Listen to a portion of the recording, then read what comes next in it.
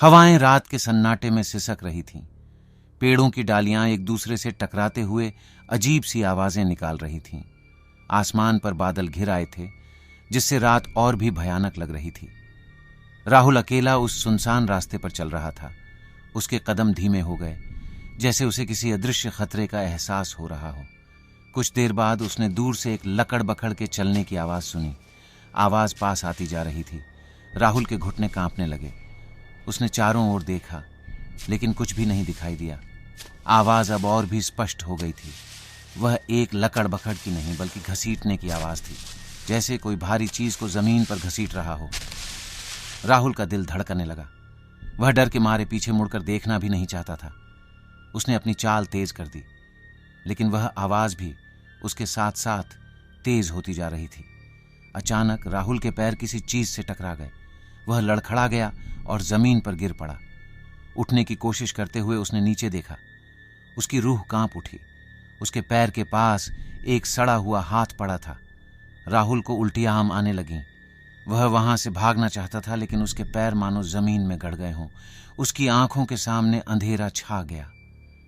जब राहुल को होश आया तो वह एक अंधेरे कमरे में था। कमरे में एक पुरानी सी चारपाई पड़ी थी और उस पर एक सफेद चादर बिछी हुई थी। राहुल के शरीर में एक भी जोर नहीं था। वह डर के मारे हिल भी नहीं पा रहा था। तभी कमरे के दरवाजे के पीछे से एक तेज रोशनी आने लगी। रोशनी के साथ साथ एक भयानक आवाज भी सुनाई देने लगी। वह किसी महिला की हंसी थी।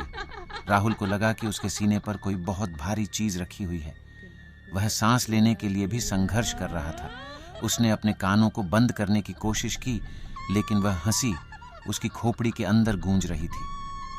धीरे धीरे वह सफेद चादर हिलने लगी। चादर के नीचे से एक भयानक चेहरा दिखाई देने लगा। चेहरा इतना विकृत था कि राहुल को उसका सामना करने की हिम्मत नहीं हुई। वह अपनी आंखें बंद कर लेना चाहता था, लेकिन वह कर नहीं पा रहा था। तभी उस चेहरे के मुंह से एक काली जीभ निकली और राहुल के गले में चली गई।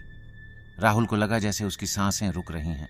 वह चीखना चाहता था, लेकिन उसकी आवाज उसके गले में ही दब गई। कुछ ही देर में राहुल का शरीर ठंडा पड़ गया। उसकी आंखें हमेशा के लिए बंद हो गईं। उस कमरे में अब केवल सफेद चादर ही हिल रही थी और उस हंसी की गूंज सुनाई दे रही थी, जो रात के सन्नाटे में और भी भयानक लग रही थी।